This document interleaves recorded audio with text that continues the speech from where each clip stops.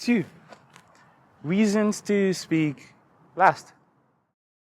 As a leader, there are lots of reasons why speaking last can lead to making a greater impact on you and your leadership.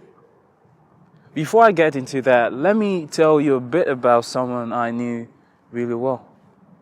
An exceptional executive. This executive didn't play into the usual stereotypes of the unspoken, brash, influential, wild, self-assured executive. She was different.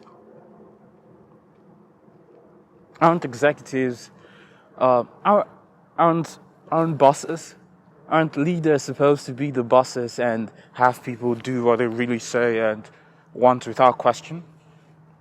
She wasn't much of that type. She was different. That's what I thought till I was in her presence during a meeting, and it blew my metaphorical mind. Informed executives like her need to get all the relevant information they can in the time allotted to make decisions. If a leader usually spends all their time speaking, whether on purpose or not, that leader will usually not get the relevant information needed to make a better, well-informed decision or plan. From experience, a good leader needs to get relevant information before a decision is made. And this doesn't mean that before a decision is made, you spend all your time gathering information. There should be a healthy amount taken in before you say, that's enough, I need to act now. One thing is that if an employee only speaks what they believe their leader wants to hear, is that really helpful? Is it really relevant to the conversation? Will it really move the needle? Or they're just ego stroking? When we speak, we usually can't undo it. When we hear, we most definitely can't undo that. And as far as I know, the words from our mouths can make things better, or they can make things worse. A quick tongue can say things that will tear down all the work that has been achieved up until this moment. A quick mouth can turn things around really quick. Here's some reasons why speaking last can make you better. Reason 1. As a leader or person of power, speaking last can provide you with the mental room to include all relevant voices. Reserving your comments until the end can ensure you're not only heard, but actually listened to. At this point, your opinion is more likely to be considered important. Understand that by also calling in all the relevant voices, this action alone can by default demonstrate inclusiveness, but also provide you with fresh perspective.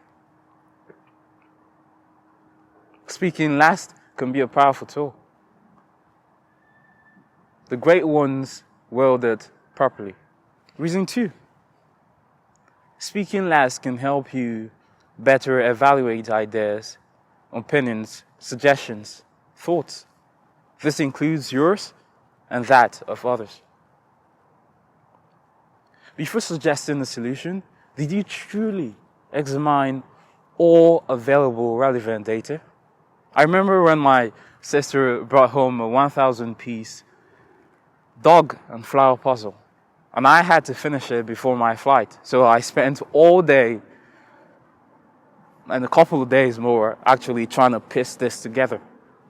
But one piece was missing, still is actually.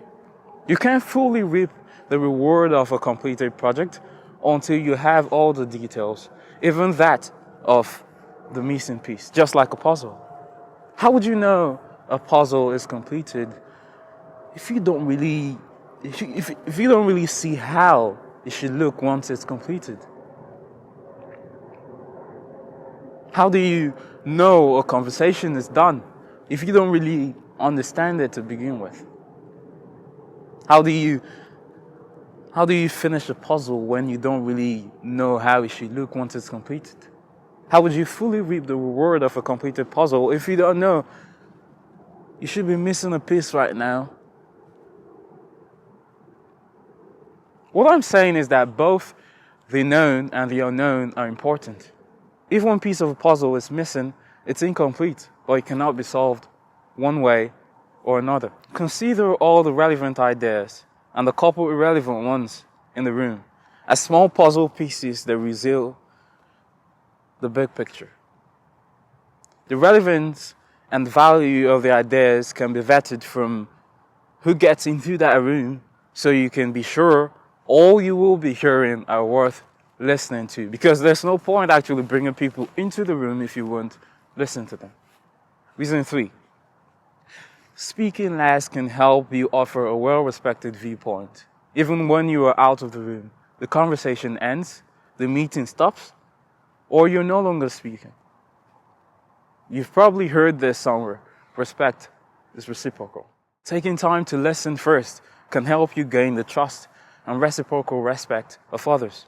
Holding back your opinion to allow others the time and space to share theirs creates a ripple effect, helping to form a burgeoning space or internal culture. Reason 4. Speaking last can help you receive and provide trusted closure. Speaking last can offer a sense of closure on the topic. Being quiet, being silent, brings the conversation to a clear resolve, thereby granting permission to advance, to move ahead. That there's nothing left to say.